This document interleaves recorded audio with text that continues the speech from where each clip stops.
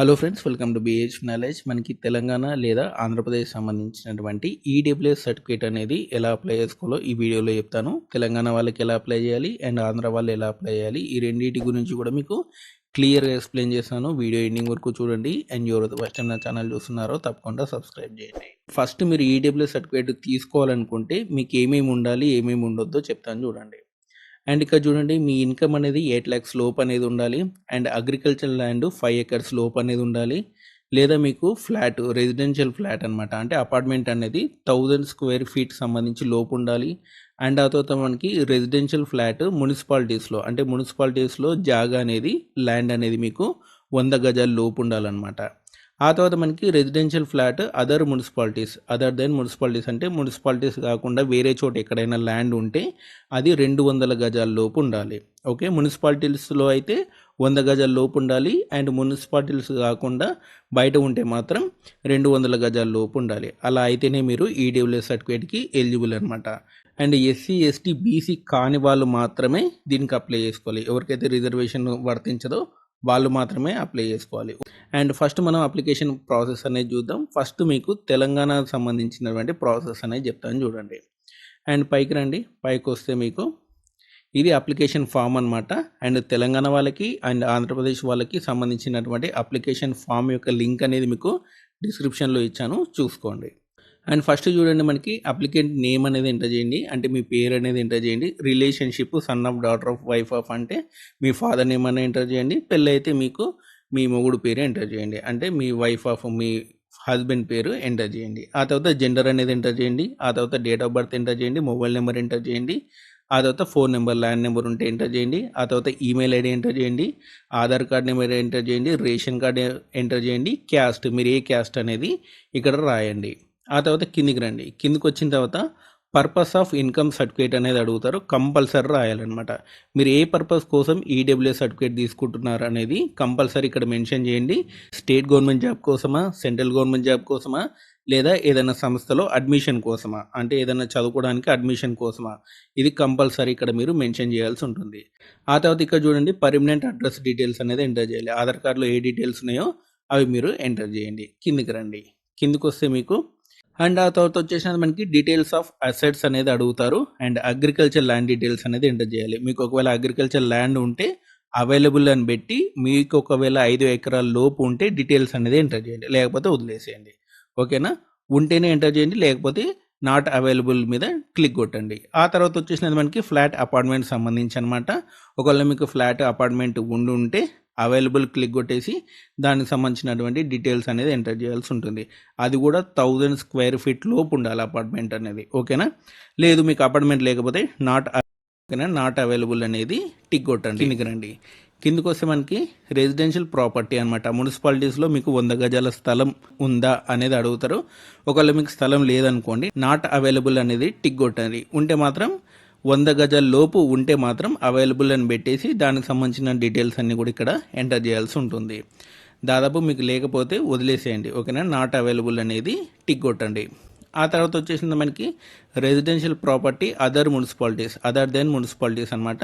అంటే మున్సిపాలిటీస్ కాకుండా బయట 200 గజాల లోపు స్థలం ఎక్కడైనా ఉంటే ఎంటర్ చేయండి, లేకపోతే నాట్ అవైలబుల్ మీద టిక్ కొట్టండి. కిందికి రండి. కిందికి వచ్చిన తర్వాత ఎంప్లాయ్మెంట్ అనమాట. మీరు ఒకవేళ గవర్నమెంట్ ఎంప్లాయ్ కానీ ప్రైవేట్ ఎంప్లాయ్ కానీ అయ్యి ఉంటే 8 lakhs లోపు కనుక మీకు ఇన్కమ్ ఉంటే, ఇన్కమ్ స్లిప్ ఉంటే మీరు ఇక్కడ ఎంటర్ చేయండి, లేకపోతే నాట్ అవైలబుల్ మీద టిక్ కొట్టండి. ఆ తర్వాత కిందికి రండి.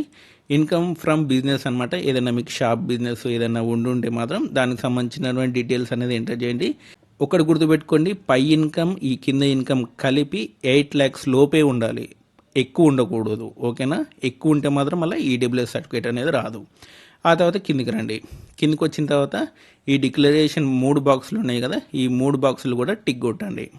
ఇక్కడ ఫోటో అనేది అతికించాల్సి ఉంటుంది, మీ ఫోటో అనేది అతికించాల్సి ఉంటుంది. అండ్ మీ ఫోటో అండ్ ఆ తర్వాత మీ పేరెంట్స్ సిగ్నేచర్ పెట్టాలి, మీ సిగ్నేచర్ అనేది పెట్టాలి. పెట్టిన అప్లికేషన్ ఫామ్ అనేది మీరు మీ సేవకి తీసుకెళ్ళాలన్నమాట. మీ సేవలో ఇవ్వాలి. మీ ఆధార్ కార్డ్ జిరాక్స్ ఇవ్వండి, మీ ఫోటో ఇవ్వండి అండ్ సిగ్నేచర్ అనేది పెట్టండి. మీరు మీ పేరెంట్స్ సిగ్నేచర్ పెట్టి అప్లికేషన్ ఫామ్ అనేది ఇవ్వండి.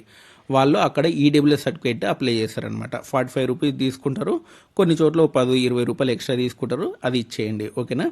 వాళ్ళు అప్లై చేసిన తర్వాత మళ్ళీ అప్లికేషన్ ఫామ్ మీకు రిటర్న్ ఇస్తారు. ఇచ్చిన తర్వాత మీకు స్లిప్ కూడా ఇస్తారనమాట, రిసిప్ట్ కూడా ఇస్తారనమాట. ఆ రిసిప్ట్ మీద అప్లికేషన్ నెంబర్ అనేది ఉంటుంది.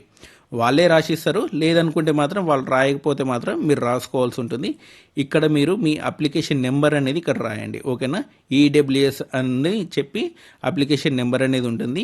ఈడబ్ల్యూఎస్ సంబంధించినటువంటి అప్లికేషన్ నెంబర్ అనేది ఉంటుంది. ఆ అప్లికేషన్ నెంబర్ అనేది ఇక్కడ రాసేసి ఈ application form, Aadhaar card xerox and photo కూడా అతికించండి. అండ్ ఆ తర్వాత మీ రేషన్ కార్డ్ జిరాక్స్, ఒకవేళ మీరు ఎంప్లాయ్ అయ్యి ఉండి ఇన్కమ్ స్లిప్స్ ఉంటే ఆ ఇన్కమ్ స్లిప్స్ అవన్నీ కూడా అటాచ్ చేసేసి మీరు ఎంఆర్ఓ ఆఫీస్లో ఇవ్వాల్సి ఉంటుంది. ఎంఆర్ఓ ఆఫీస్లో తెలంగాణలో అయితే విఆర్ఓ బదులు ఎవరు సైన్ పెడుతున్నారో తెలుసుకోండి. ఆ తర్వాత ఆర్ఐతో సైన్ పెట్టి ఇవ్వండి. ఆ తర్వాత కంప్యూటర్ సెక్షన్ అనేది ఉంటుంది, సర్టిఫికేట్ సెక్షన్, అక్కడ ఇచ్చేయండి. ఇచ్చిన తర్వాత 2 డేస్లో మీకు మెసేజ్ అనేది రావడం జరుగుతుంది. అండ్ అప్పుడు ఏం చేయాలంటే 45 రూపీస్ పే చేసిన కాడ మీకు స్లిప్ ఇస్తారు కదా, ఆ స్లిప్ మాత్రం ఎంఆర్ఓ ఆఫీస్లో ఇవ్వద్దు, మీ దగ్గరే ఉంచుకోండి. ఆ స్లిప్ తీసుకొని మీరు ఎక్కడైతే అప్లై చేశారో, ఏ మీ సేవలో అయితే అప్లై చేశారో అక్కడ వెళ్ళారనుకోండి, మీకు సర్టిఫికేట్ అనేది ఇస్తారనమాట. తెలంగాణలో ఈ రకంగా అప్లై చేయాల్సి ఉంటుంది. అండ్ ఏపీ సర్టిఫికేట్ వచ్చేసినైతే మనకి ఈ ఫోటో అనేది, మీ ఫోటో అనేది అతికించండి. Application name and father name, gender, date of birth, Aadhaar card number compulsory enter చేయండి. క్యాస్ట్, కేటగిరీ, సబ్ కేటగిరీ, మీరు ఓసీ అని పెట్టేసి మీ క్యాస్ట్ ఏందనేది ఇక్కడ ఎంటర్ చేయండి. ఆ తర్వాత కిందికి రండి. కిందకు వచ్చిన తర్వాత మీ ప్రజెంట్ అడ్రస్ ఏందనేది ఇక్కడ ఎంటర్ చేయాల్సి ఉంటుంది. Door number, land mark, state, district, mandal, village, pin code. And ఆ తర్వాత మనకి మీ పర్మనెంట్ అడ్రస్ కూడా ఇక్కడ డీటెయిల్స్ అనేది ఎంటర్ చేయండి. Door number, state, district, mandal and me mobile number, mail ID, ration card number, ఇవన్నీ కూడా మీరు ఎంటర్ చేయాల్సి ఉంటుంది పర్మనెంట్ అడ్రస్లో. ఆ తర్వాత కిందికి రండి. కిందికి వచ్చిన తర్వాత మీ ఇన్కమ్ డీటెయిల్స్ అనేది ఎంటర్ చేయాల్సి ఉంటుంది. మీ ఇన్కమ్ అనేది కంపల్సరీ ఎంటర్ చేయాల్సి ఉంటుంది. 8 లక్షల లోపు మీకు ఇన్కమ్ అనేది ఉండాలి. ఆ ఇన్కమ్ ఎంత అనేది మీరు ఇక్కడ ఎంటర్ చేయాల్సి ఉంటుంది అనమాట. గ్రాస్ యాన్యువల్ ఇన్కమ్ అనేది మీరు ఇక్కడ ఎంటర్ చేయాల్సి ఉంటుంది. కిందకి వచ్చిన తర్వాత 5 acres ఆఫ్ అగ్రికల్చర్ ల్యాండ్ ఉంది కదా, ఇక్కడ నో టిక్ కొట్టండి. ఆ తర్వాత రెసిడెన్షియల్ ఫ్లాట్ ఉంది కదా, నో టిక్ కొట్టండి. ఇక్కడ కూడా నో టిక్ కొట్టండి. ఇక్కడ కూడా నో టిక్ కొట్టండి. ఆ తర్వాత కిందికి రండి. అండ్ ఇక్కడ చూడండి, మీ సిగ్నేచర్ అనేది ఇక్కడ పెట్టాల్సి ఉంటుంది. ఇక్కడ డేట్ అనేది వేయండి. ఈ అప్లికేషన్ అయిపోతుంది. మీరు అప్లికేషన్ నింపిన తర్వాత ఈ అప్లికేషన్ ఫామ్ అనేది మీ సేవకు తీసుకెళ్ళాలి. అండ్ అక్కడ తీసుకెళ్ళిన తర్వాత ఆధార్ కార్డు అడుగుతారు, రేషన్ కార్డు అడుగుతారు అండ్ ఫోటో కూడా అతికించి తీసుకెళ్ళాలి. ఇవన్నీ తీసుకెళ్ళి ఇచ్చిన తర్వాత వాళ్ళు అప్లై చేసేసి application form, Aadhaar card xerox, ration card xerox అన్నీ మళ్ళీ మీకు రిటర్న్ అనేది ఇస్తారు. దాంతోపాటు అప్లై చేసినందుకు రిసిప్ట్ కూడా ఇస్తారనమాట. అప్లై రిసిప్ట్ అనేది ఇస్తారు. ఆ రిసిప్ట్ మీద ఒక నెంబర్ అనేది ఉంటుంది. ఈడబ్ల్యూఎస్ సంబంధించినటువంటి అప్లికేషన్ నెంబర్ అనేది ఉంటుంది. ఆ నెంబర్ అనేది ఇక్కడ ఎంటర్ చేయండి.